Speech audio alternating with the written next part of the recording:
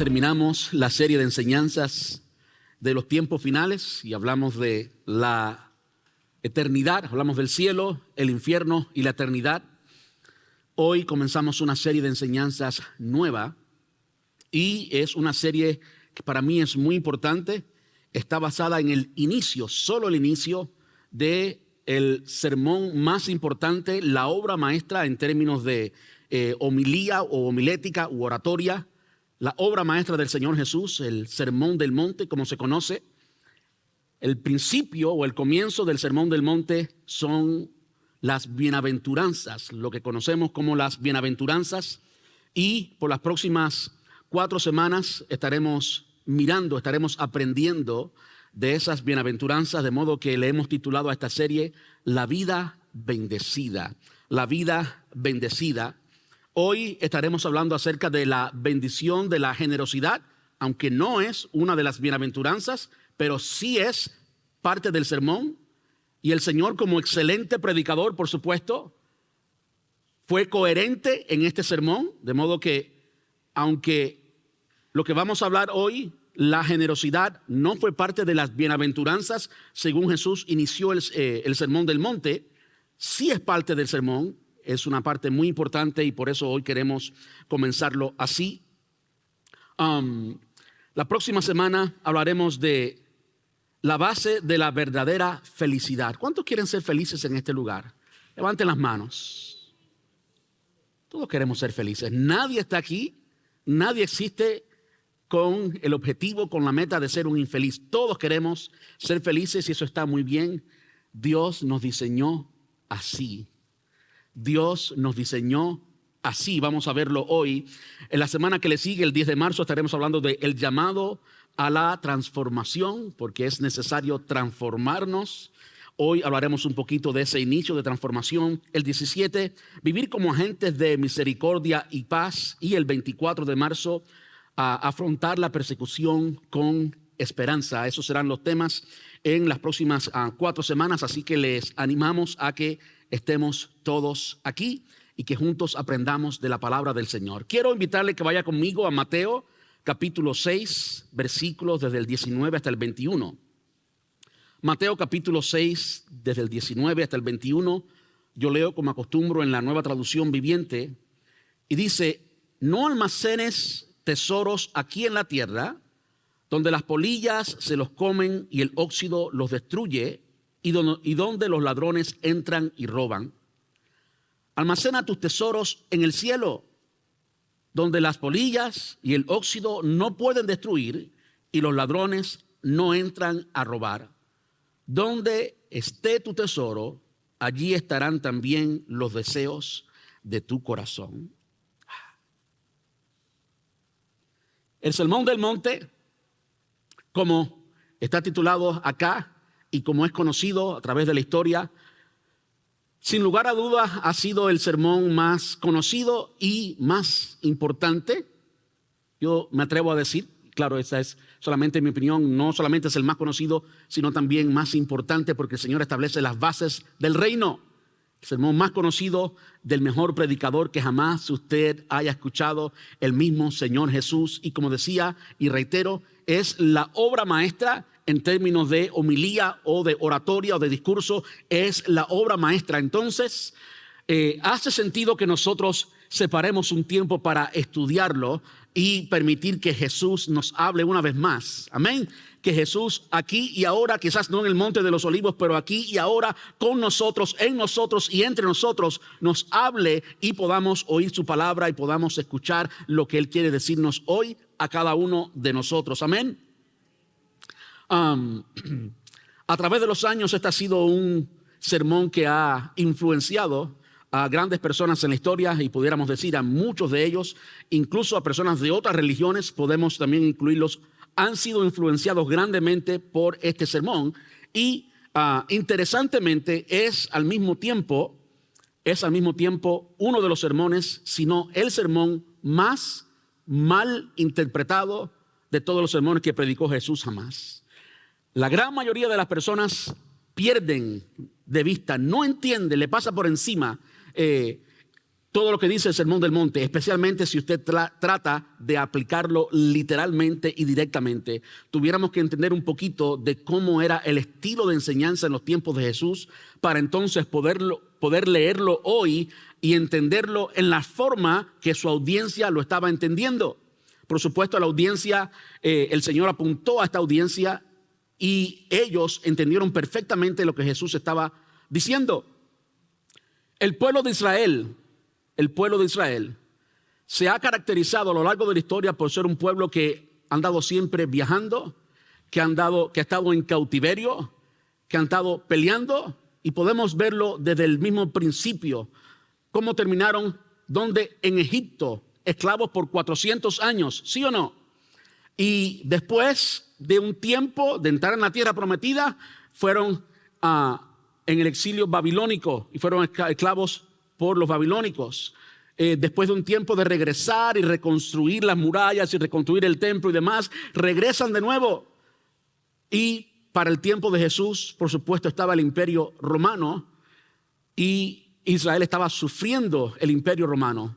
Usted puede ver claramente en los evangelios como, por ejemplo, uno de los pecados más grandes, una de las cosas más despreciables que podía existir para un judío en aquel entonces, era alguien como Mateo, quien escribió precisamente este sermón, este evangelio, el evangelio de Mateo que acabamos de leer. Mateo Leví era un cobrador de impuestos, un judío que le cobraba impuestos romanos al pueblo judío.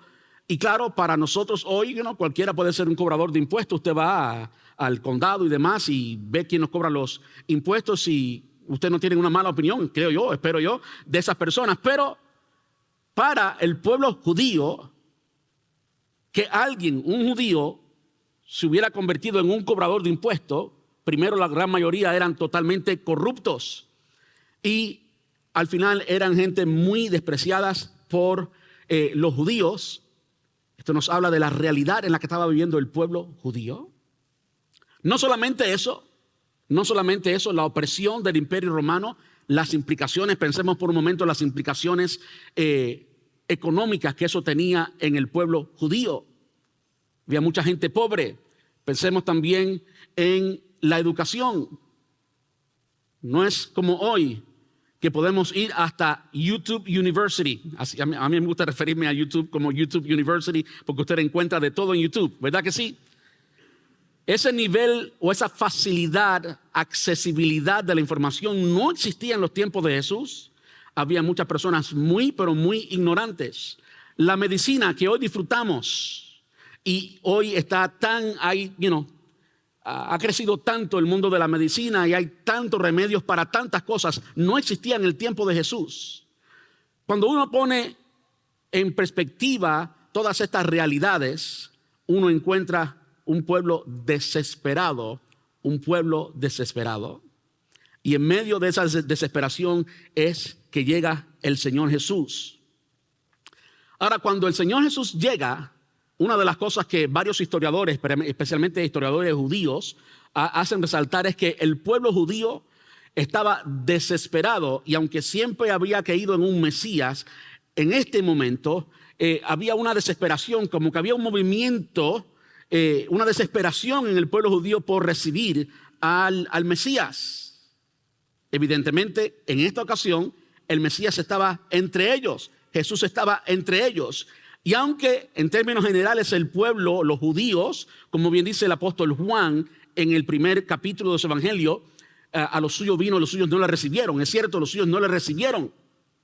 Pero ellos estaban esperando un libertador. Y la razón o parte de las razones por la cual no recibieron a Jesús como lo que era, como el Mesías, es porque esperaban en Jesús un caudillo militar, un libertador que los liberara del imperio romano y que trajera paz a todo Israel, pero no la paz que Jesús vino a traer. Ellos estaban esperando otro tipo de paz, la paz que es resultado de la ausencia de guerra, ausencia de conflicto, la paz que viene con la libertad de una nación. Eso estaban esperando los judíos.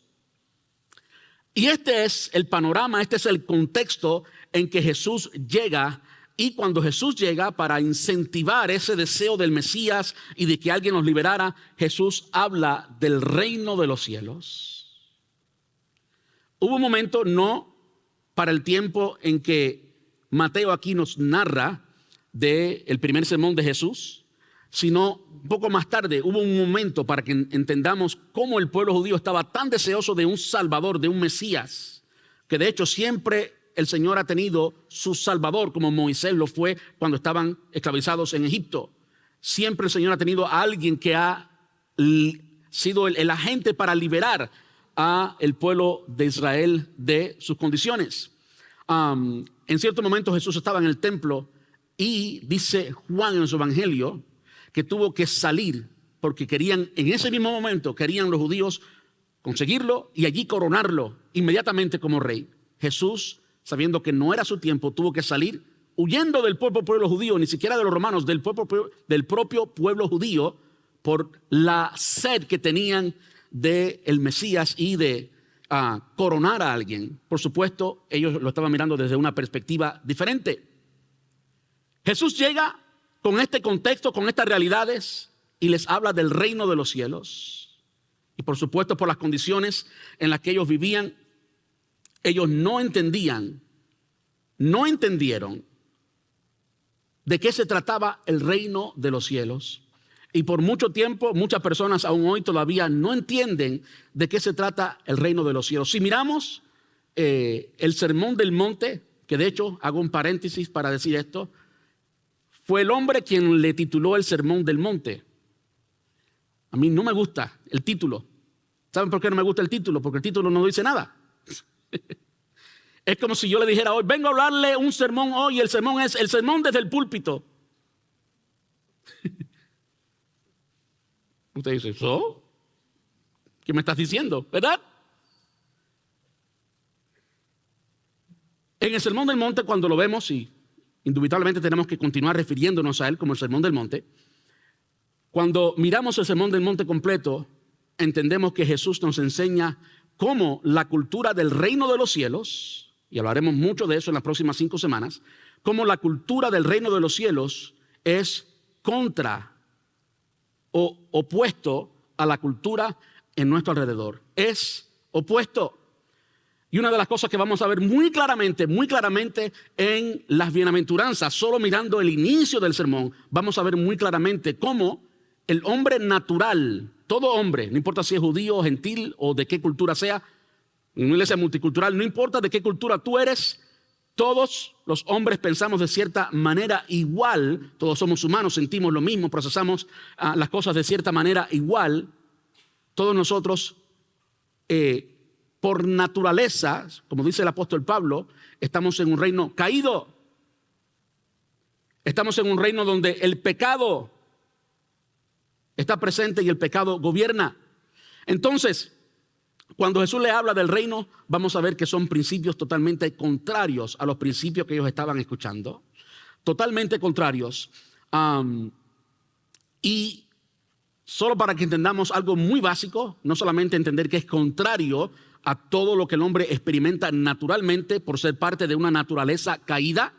Es decir, la forma en que el hombre vive y en que los sistemas de este mundo funcionan es totalmente opuesta a la forma en que el reino de los cielos opera. Cuando Jesús habla del reino de los cielos, habla de un reino, por supuesto, en que por supuesto Él es el rey y nosotros somos parte de ese reino. Y aunque no hay unos límites geográficos, aunque sí el Señor vino como judío al pueblo judío, Él vino a salvar ¿a quién? A todo el mundo. Porque de tal manera amó Dios al mundo, no solamente a los judíos, que dio a su Hijo unigénito para que todo aquel que cree en Él, no solamente los judíos, no se pierda, sino tenga vida eterna. Es para todos, absolutamente para todos. El reino de los cielos tiene que ver con cada uno de nosotros someternos al reino del Señor y recibir ese reino en nuestro corazón, que Él gobierne en nuestro corazón. Se trata de nosotros abrir el corazón a Él voluntariamente, no por obligación, voluntariamente reconocer nuestra necesidad de Dios y recibirlo como rey en nuestro corazón. Eso es convertirse en un hijo de Dios. Eso es llegar a ser parte del reino de Dios. No hay otra forma en la que alguien pueda llegar a ser parte del reino. Es decir, si usted encuentra su raíz judía, permítame decirle que usted todavía nació en algún lugar de América Latina. Y aunque haya encontrado su raíz judía y, por ejemplo, su apellido sea como el mío, López Martínez, y termina en Z y vamos y encontramos nuestra raíz judía, usted continúa siendo, en mi caso, un cubano, un puertorriqueño, un mexicano, un ecuatoriano. Usted es todo. Entonces, no está limitado a un área geográfica, está limitado a que tú lo recibas en tu corazón. Ese es el reino de los cielos, el reinado del Señor aquí y ahora, el reinado en nuestro corazón. Permítame un segundo, hacer algunos ajustes acá. Hay uno de los aires que no está funcionando. Si alguien siente un poco de calor, eso es lo que está sucediendo en este momento. Y me distraje un poco por eso.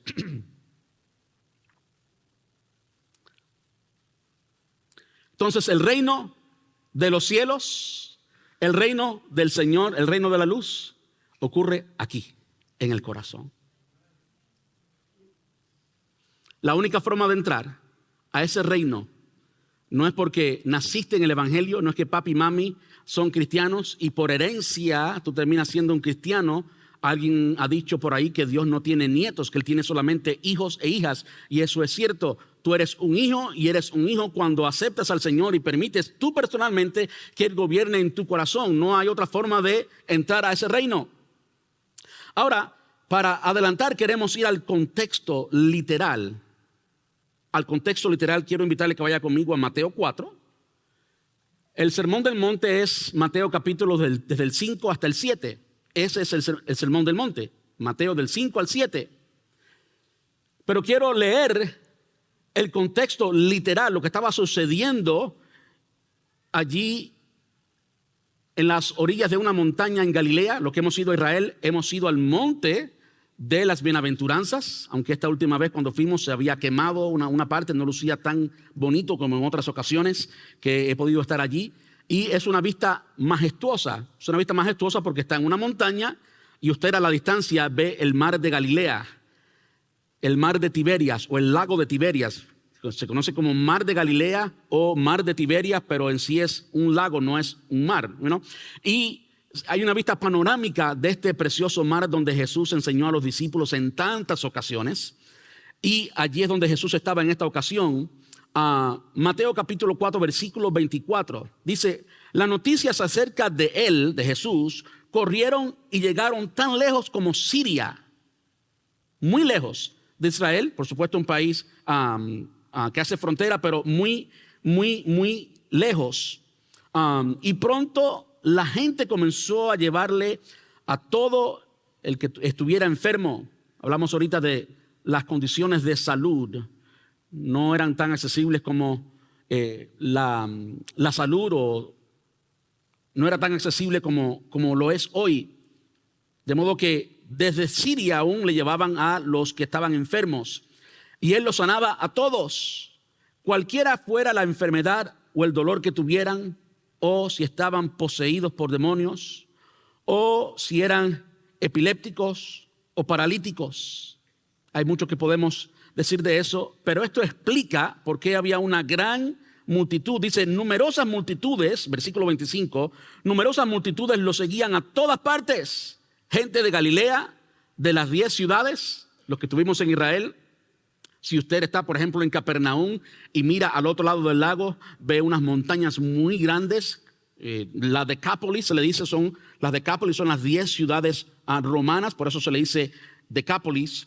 De toda Galilea, de la Decápolis o de las 10 ciudades, de Jerusalén, de toda Judea y del oriente del río Jordán, por allá por donde está Jericó y más allá, había gente de todo lugar. Al escuchar esto o leer esto, podemos pensar que habían miles de personas allí, muy cerca de este lugar, muy cerca del monte de las bienaventuranzas, está donde Jesús multiplicó los panes y los peces. Y podemos entender que cuando Jesús multiplicó los panes y los peces, después habían 5,000 hombres. Y evidentemente había niños porque fue un niño quien trajo los peces. Y había mujeres, se hace referencia a los hombres nada más, y habían 5,000. Había una gran multitud. Hay quienes dicen que debían haber por lo menos unas 15,000 personas dentro de esos 5,000 hombres.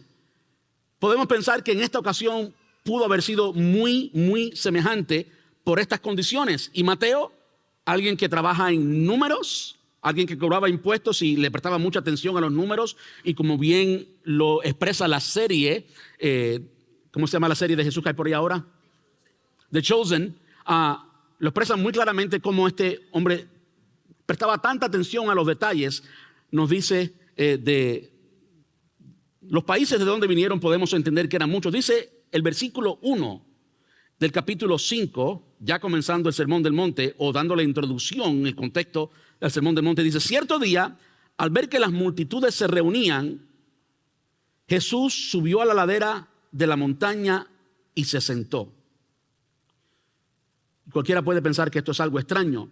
Para nosotros es extraño porque hoy quien está enseñando está de pie y quien están escuchando están sentados, ¿verdad? Pero en los tiempos de Jesús no era así. De hecho, en los tiempos de Jesús y la costumbre judía era que cuando alguien quería hablar con autoridad, se sentaba. Si estaba de pie, la conversación no era tan importante, pero si se sentaba, de repente había que prestarle mucha atención porque era muy importante. Jesús dice que se sentó. Cierto día, al ver que las multitudes se reunían, Jesús subió a la ladera de la montaña y se sentó. Sus discípulos se juntaron a su alrededor y él comenzó a enseñarles. Algo importante aquí, algo importante. Una de las cosas que representa o que caracteriza a los líderes de este mundo es que tú le das fama y la fama maneja a los líderes de este mundo. El hombre en su estado caído hace lo que sea por conseguir poder y conseguir influencia, ¿sí o no? Jesús en esta ocasión estaba demostrando en persona, sin ni siquiera decir una palabra, estaba demostrando en persona hacer precisamente lo opuesto. Es decir, habían venido gente de tantos lugares y sí, él ya había demostrado sanar a estas personas, echar fuera a los demonios, como bien dice en los últimos versículos del capítulo 4. Él había demostrado compasión a esas personas, pero un momento, aunque eran miles, él separó un tiempo para estar con sus discípulos en medio de todo eso, haciendo un contraste en cómo el hombre natural funciona y cómo funciona el rey del reino de los cielos. Jesús estaba demostrando lo que él estaba a punto de comenzar a enseñar. En el reino de los cielos las cosas operan diferente, las cosas se operan opuesto. Y aunque habían miles y podían llevarlo a la cima y podían quizás hacerlo rey o formar una revuelta y él convertirse en la persona más popular, ya lo era.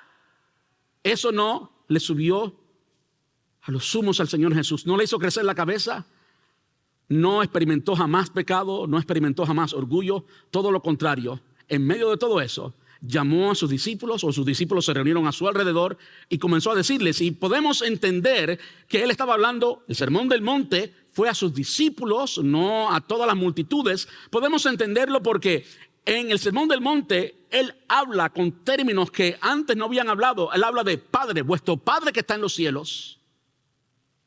Jesús no iba a cometer el error doctrinal que mucha gente comete hoy del universalismo. Muchas personas piensan, bueno, que todos somos hijos de Dios. No, no todos somos hijos de Dios. Todos somos criaturas de Dios, pero no todos somos hijos.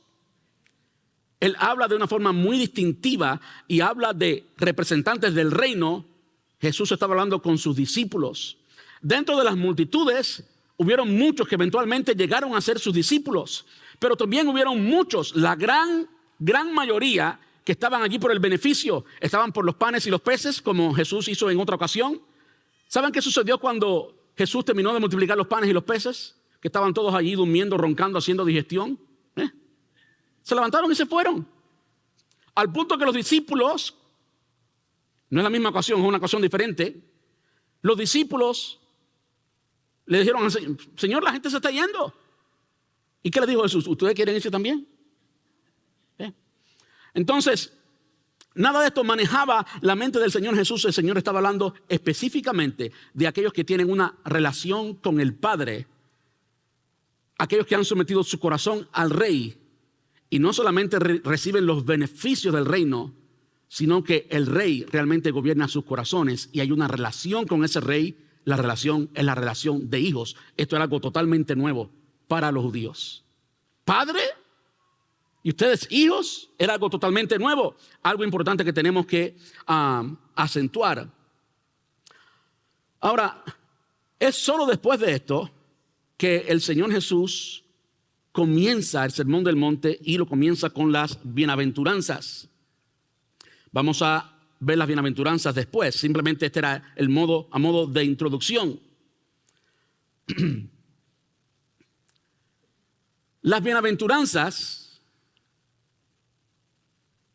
si usted escucha la palabra bendecido o bendiciones o Dios te bendiga, usted sabe con absoluta certeza que está en un contexto religioso, que está en un contexto cristiano.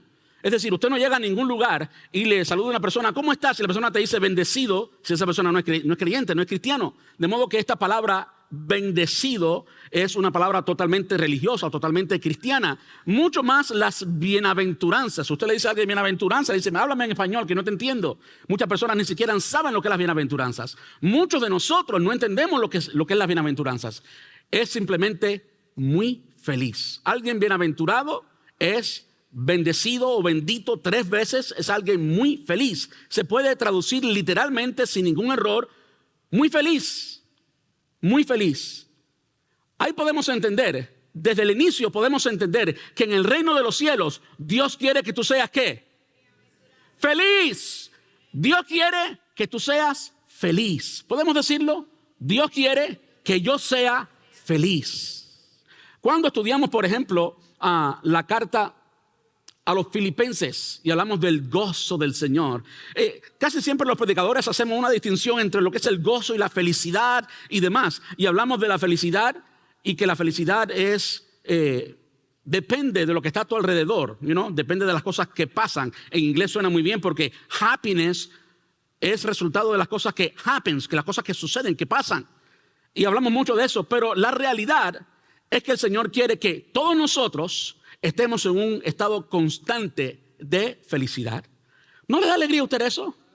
Dios quiere que yo sea feliz.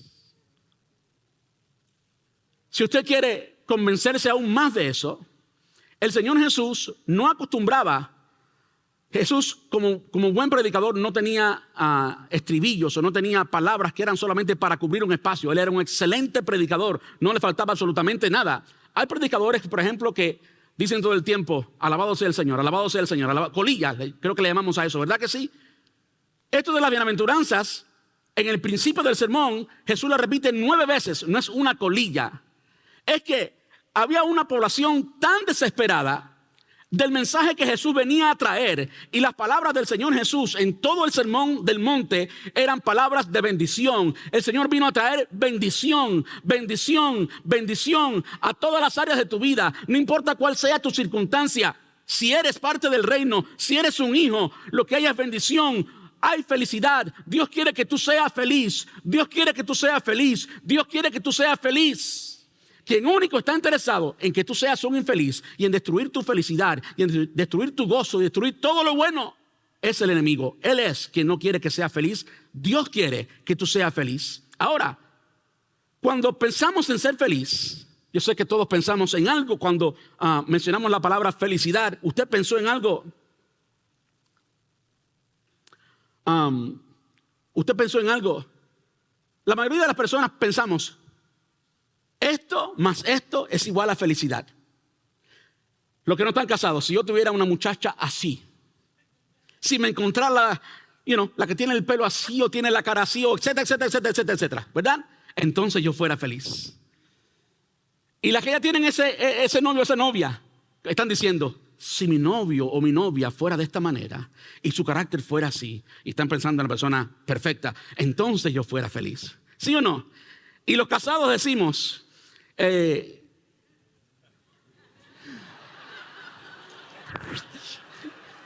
tengo que pensar bien lo que voy a decir, ¿verdad?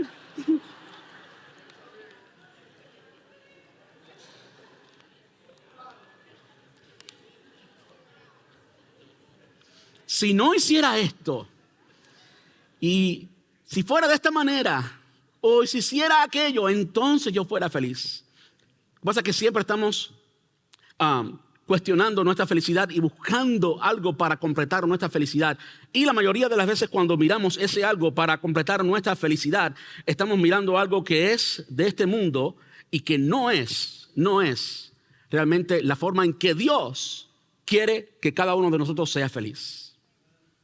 Hoy estaremos simplemente hablando de una de esas cosas, estaremos hablando de el dinero. ¿Cuántos de nosotros ha pensado, si yo ganara tanto, qué feliz yo fuera? ¿Sí o no? No tiene que levantar la mano, pero si usted se está riendo, sabe que es verdad. ¿Sí o no?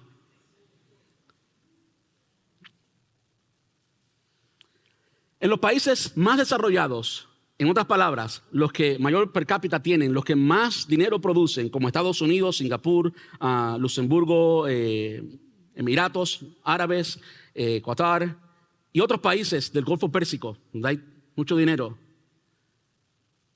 se le da una importancia más allá a esto del dinero.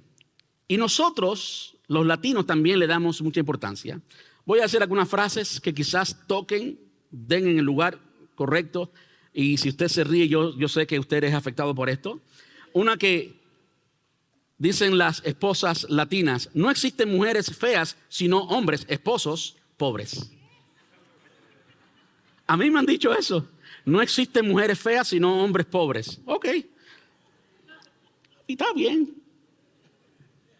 Estoy tan pobre que las cucarachas me piden prestado dinero.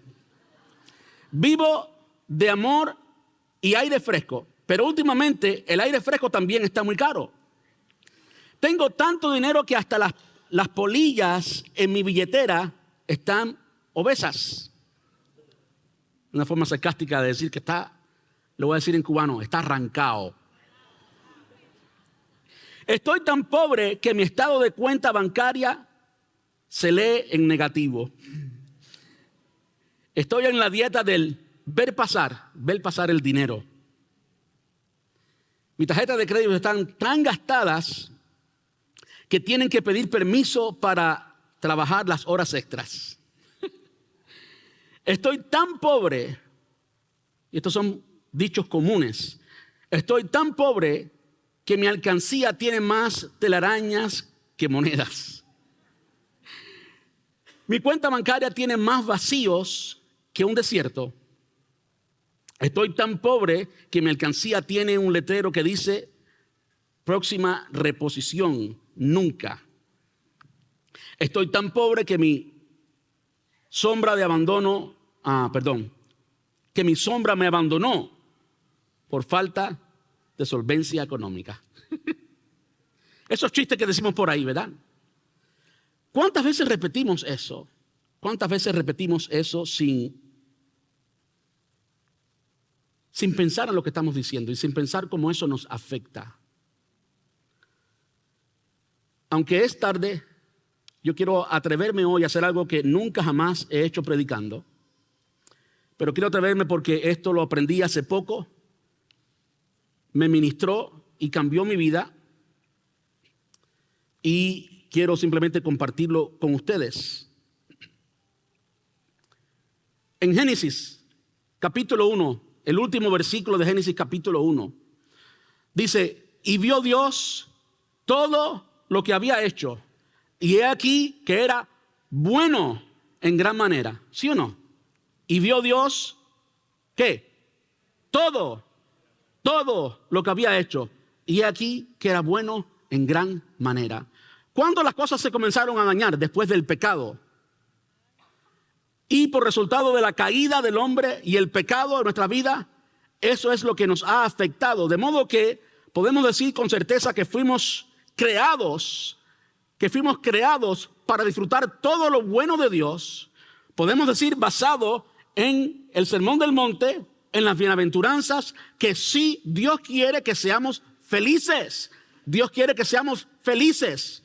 Entonces Dios nos creó y nos dio todo que era bueno en gran manera, que era buenísimo. Y Jesús vino a restablecer todo lo que Satanás vino a robar. ¿Sí o no? Satanás vino a matar, hurtar y destruir, mas yo he venido para que tengan vida y la tengan en abundancia. Juan 10:10. Entonces, aunque hemos sido diseñados para triunfar, aunque hemos sido diseñados para disfrutar todo lo que Dios tiene para nosotros, hemos sido condicionados por el pecado. Hemos sido condicionados por el pecado, directa o indirectamente, a condiciones no favorables que se han convertido en la forma en que pensamos y la forma que actuamos. Todos esos dichos que he dicho ahora acerca del dinero, como que no existen mujeres feas sin hombres pobres, todos tienen una connotación negativa, ¿sí o no? Tienen una connotación negativa. Yo quiero pedirle a un voluntario que pase por aquí ahora, un voluntario o voluntaria, igual.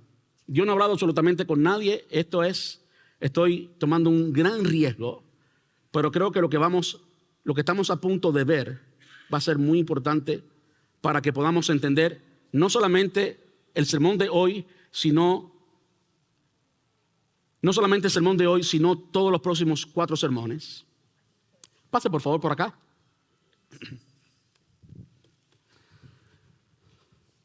Si usted me conoce por 10 años, 11 años, casi 12, en septiembre serían 12, nunca jamás he hecho esto. Fue una experiencia que tuve hace poco en un ambiente seguro y sano. Yo quiero enseñarlo. Pasa por aquí, hermana, mismo centro. A ver, las fotos y demás, pues. ¿Le da un aplauso?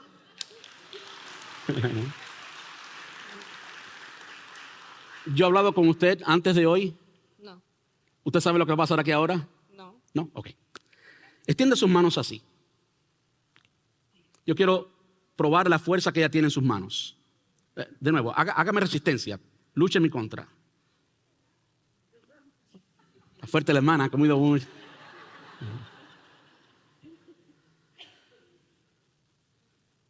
Yo conozco, por supuesto, a la hermana, pero quiero actuar como el mundo actúa. ¿Ok? Quiero actuar como si no fuera un creyente, como si no fuera un cristiano, como si no fuera parte del reino. Quiero expresar lo que voy a expresarle, no como un creyente. Yo creo que usted es una persona muy mala.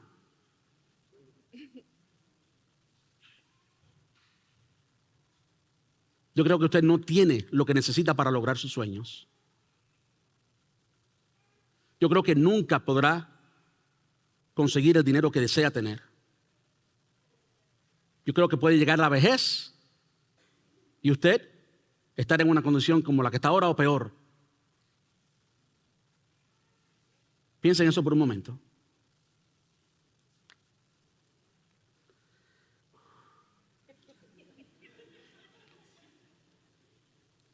Ahora sus brazos de nuevo, por favor.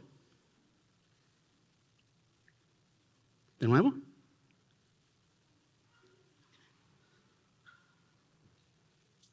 La demostración, aunque ella estaba bien fuerte, la demostración es que todo lo que somos es siempre afectado por lo que creemos. Todo lo que somos es siempre afectado por lo que creemos.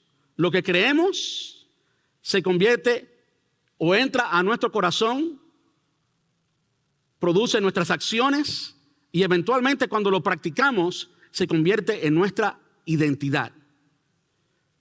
La ilustración es, pudiera hacer 4 ejercicios más, 5 más, pudiera pedirle a todos que se pongan de pie y hacer ejercicios diferentes. Y yo he visto con mis propios ojos, en un ambiente todo entre pastores, la realidad de esto. Nuestro cuerpo responde a esas ideas que, por supuesto, permítame decirle ahora, yo no creo nada de eso que le dije, todo lo opuesto. Yo creo que usted es una hija de Dios, que usted es bendecida y que Dios va a hacer mucho con su vida. Amén. Dios le bendiga y muchas gracias.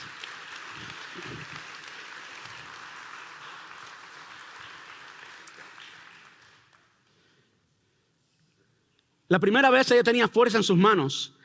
Con solo escuchar cosas negativas que yo ni pensé, ni sentía, ni las dije con significado, perdió fuerza en sus brazos. La primera vez que yo vi esto, escuché esto, de nuevo, todo entre pastores y entre pastores que son caracterizados por el amor a la palabra. No, nada del movimiento profético, ni la superfe, ni ninguna de esas cosas extrañas que hay por ahí. Gente en quien yo confío, incluyéndome a mí. Cuando yo vi esto por primera vez, yo le dije al pastor que estaba a mi lado, que yo no lo conocía, yo le dije, ¿y cuánto le pagó? Cubanazo, ¿verdad? Estaba hablando. ¿Y cuánto le pagó?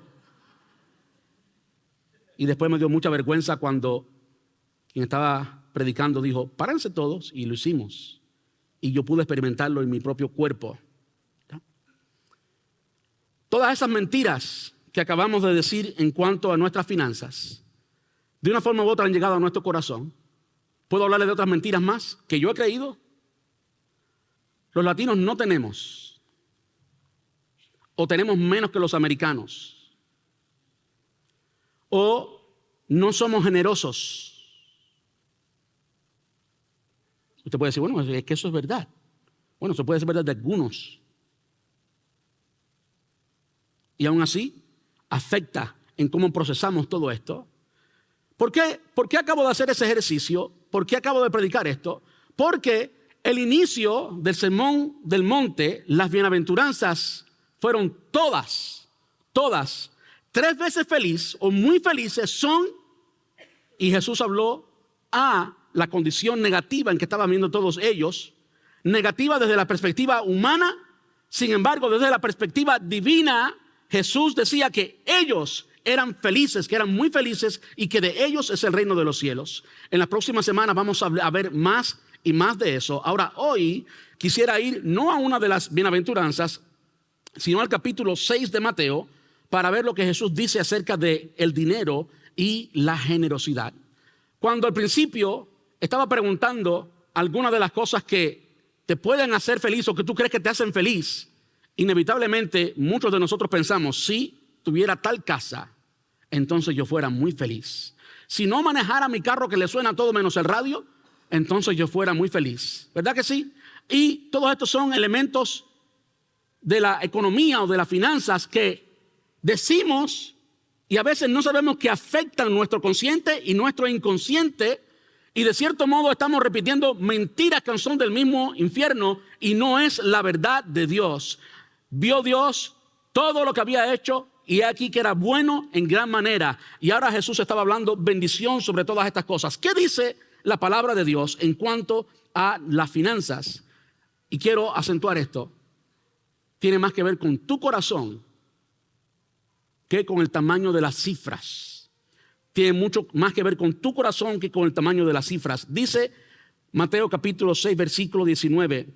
No almacenen tesoros aquí en la tierra, donde las polillas se los comen y el óxido los destruye, y donde los ladrones entran y roban. ¿Qué es lo que hace el hombre natural? ¿Qué es lo que hacemos nosotros cuando llegamos a Estados Unidos? Buscar el sueño americano. El sueño americano es hacer más dinero. Más dinero. Y más dinero. Y más dinero. Y Jesús dice que no almacenemos aquí, porque aquí el dinero se va.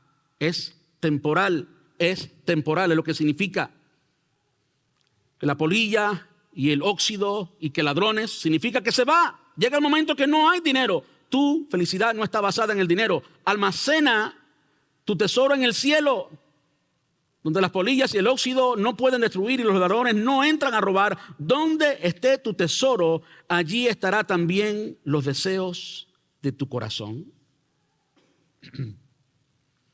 Todo lo que tenemos en esta vida, todo lo material es temporal. Las semanas pasadas hablamos mucho de la eternidad, ¿verdad que sí? ¿Usted vio algún billete eterno, alguna moneda eterna, alguna? Nada. Todo eso es temporal. Temporal. Pasa. No tiene el valor que le damos. Simplemente pasa. Lo que le está diciendo el Señor Jesús es que hagamos tesoro. No que demos limosna, sino que hagamos tesoro en el reino de los cielos. ¿Y cómo hacemos tesoro en el reino de los cielos? No, esto no es ninguna manipulación para que usted dé para la iglesia. Ya usted dio su ofrenda, no vamos a colectar una segunda ofrenda. No se trata de eso. Hacer tesoros en el cielo significa no ser gobernado por el dinero, sino nosotros gobernar nuestro dinero e invertirlo en cosas eternas, invertirlo en personas. El mundo piensa, mientras más dinero tengo, mejor, más rico soy.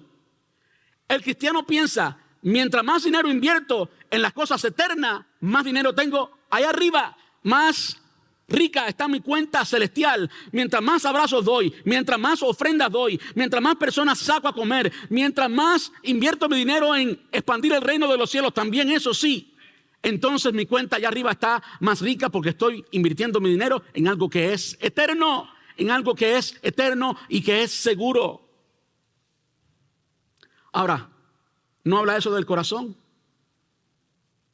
Donde esté vuestro tesoro, allí estará ¿qué?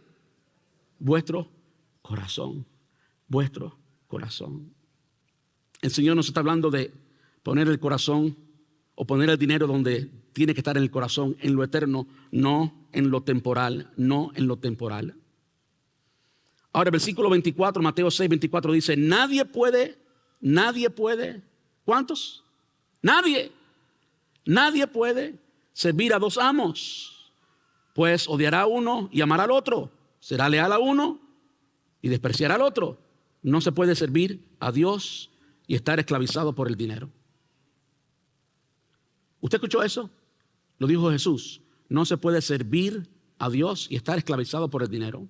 Una de las cosas que es importante acerca del dinero, interesante que el Señor Jesús aquí no comparó a Baal, lo comparó a un demonio, comparó a Satanás con él, no, lo comparó con el dinero. Que hay muchas personas que están esclavizadas absolutamente por el dinero. Y el Señor quiere que tú y yo seamos libres de ese principio demoníaco que opera en un reino caído. En el reino de los cielos, tú y yo somos hijos del Rey. Y Él tiene cuidado de cada uno de nosotros. ¿Ok? Él tiene cuidado de cada uno de nosotros. Él es el Rey y al mismo tiempo es nuestro Padre. Nos trata como a un hijo, una hija.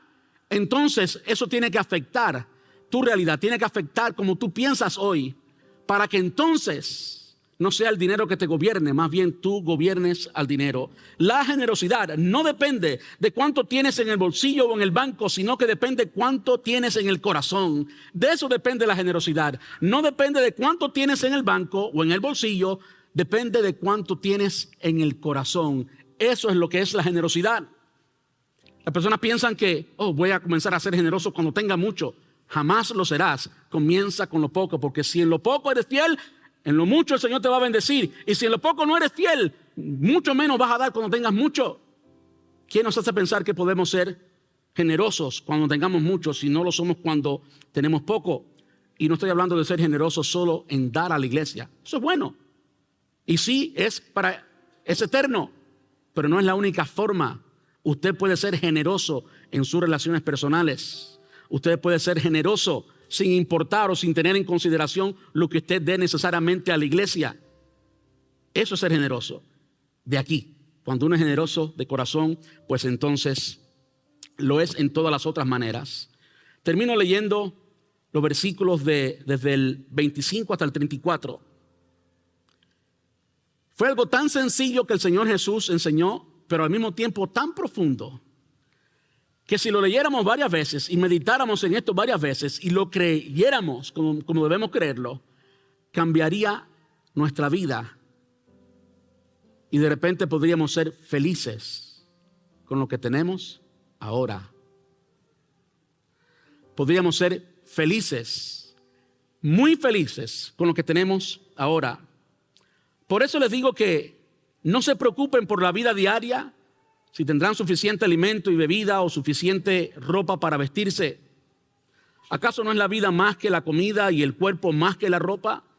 Miren los pájaros. No plantan, ni cosechan, ni guardan comida en graneros, porque el Padre Celestial los alimenta. ¿Y no son ustedes para Él mucho más valioso que ellos? ¿Acaso con todas sus preocupaciones pueden añadir un solo momento de su vida? ¿Y por qué preocuparse por la ropa? Miren cómo crecen los lirios del campo, no trabajan ni cosen su ropa. Sin embargo, ni Salomón con toda su gloria se vistió tan hermoso como ellos.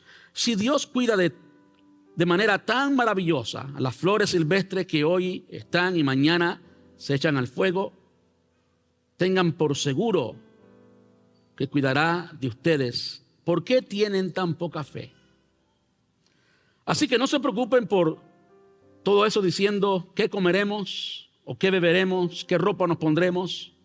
Esas cosas dominan el pensamiento de los incrédulos. Esto afirma una vez más que estaba hablando de los discípulos. Pero su Padre Celestial ya conoce todas sus necesidades. Busquen el reino de Dios por encima de todo lo demás y lleven una vida justa y Él les dará todo lo que necesitan. Así que no se preocupen por el mañana, porque el día de mañana traerá sus propias preocupaciones. Los problemas del día de hoy son suficientes por hoy. ¿Qué el Señor nos está llamando a hacer aquí? A poner nuestra confianza absolutamente en Él, a depender de la provisión divina. Ahora permítame hacer una aclaración, porque el error número uno que se cometen cuando las personas interpretan el Sermón del Monte es interpretarlo literalmente. No, el Señor Jesús no te está llamando a que tú salgas al patio de tu casa, te sientes en una silla a mirar las aves, a chiflar y ver lo rico que está el día y llamar al trabajo y decirle, no voy hoy porque el Señor me va a proveer. No, eso es vagancia, eso no es fe. Dice que busquemos primeramente el reino de Dios y su justicia. Ahí está la palabra clave. Y su justicia. Y su justicia. Hay que hacer las cosas como hijos de Dios. Su justicia significa que usted es una persona responsable. Su justicia significa que usted es un buen administrador de todo lo que Dios le ha dado. Que usted es un buen administrador de su tiempo. Que usted es un buen administrador de sus capacidades, de sus talentos. Y eso se expresa ¿cómo? En el trabajo.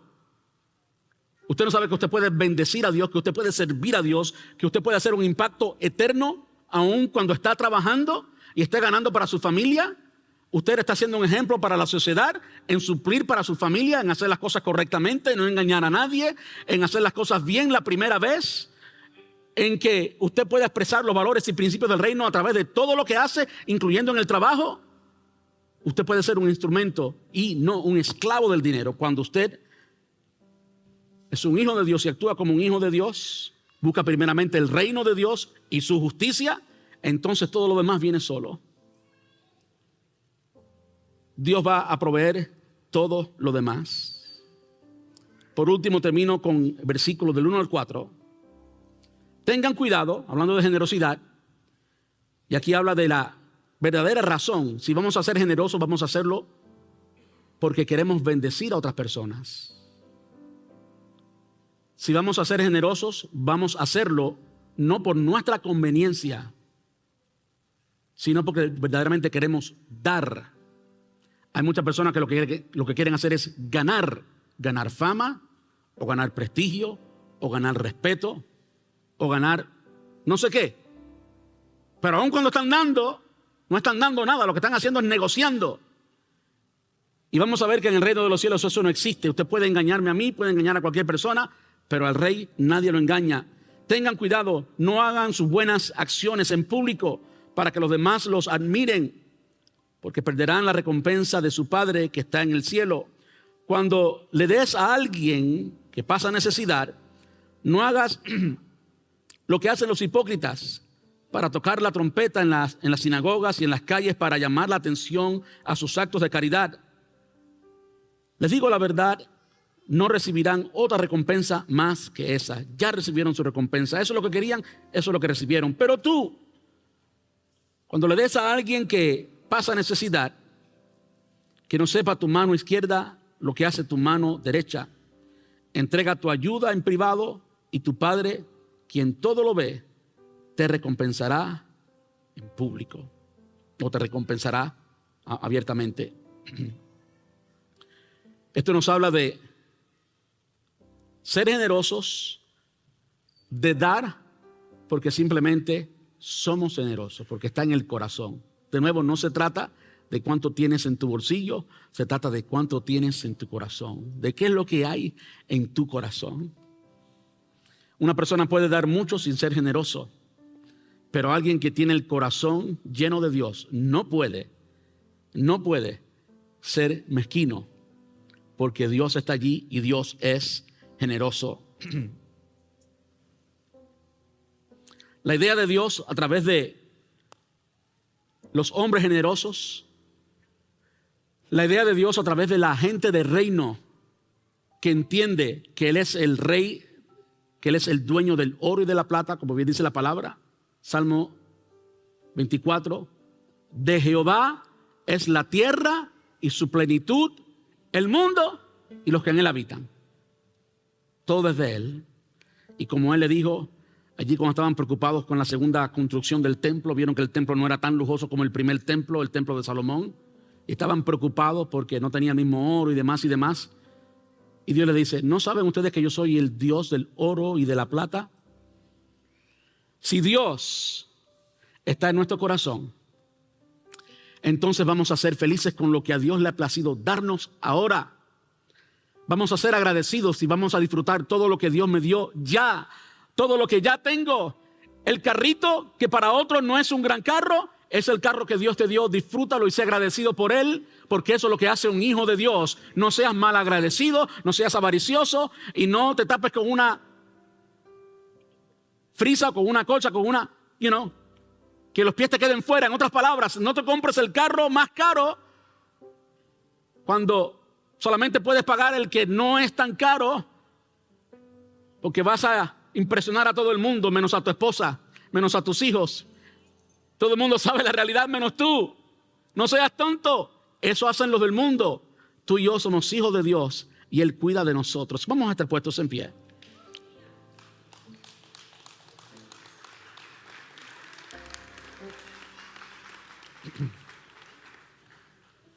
Les animo a que estemos aquí las próximas 5 semanas, que estemos aquí también, por supuesto, para Domingo de Resurrección. Pero les animo a examinar nuestras vidas y ver cómo hablamos. ¿Les puedo confesar algo? Yo tengo que dejar de decir que yo soy olvidadizo. Yo tengo que dejar de decir que a mí se me olvidan las cosas. Porque yo puedo tener una libreta y apuntar el nombre de todos ustedes, tirar una foto y ver, recordar.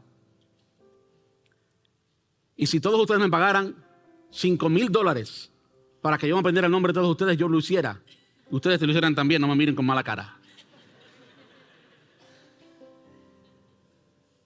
Es cuestión de motivarnos y buscar formas. Es cuestión de motivarnos y buscar formas. Ese es el mío, que se me olvidan las cosas, o que esto, lo otro, lo otro, y lo otro, y lo otro, y lo otro. Y estamos todo el tiempo engañándonos y creyendo cosas que nos van a limitar y cosas que destruyen nuestro ser. Y perdemos la fuerza y perdemos la moral. Bendecid y no maldigáis.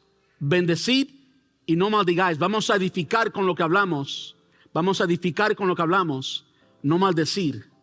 No hacer ver a las personas lo que el enemigo quiere que la persona vea, sino vamos a decir, yo soy un hijo de Dios. ¿Pueden decirlo conmigo? Yo soy un hijo de Dios. Dios me ama. Dios tiene un plan para mí. Su plan es bueno y es eterno. Eso es suficiente. No necesito nada más. Y lo que acabo de decir no es una verdad condicional, es una verdad absoluta. Yo soy un hijo de Dios. Él es mi Padre, Él es bueno. Él tiene un plan para mí y es bueno y eterno. Amén. Les animo a que las próximas semanas usted comience a escribir la verdad de Dios por encima de cualquier mentira que usted ha creído. Y vamos a verlo en todos los sermones. Comienza a escribir la verdad de Dios por encima de todo lo que usted ha creído negativo. No sus caprichos. Vamos a escribir la verdad de Dios. Amén.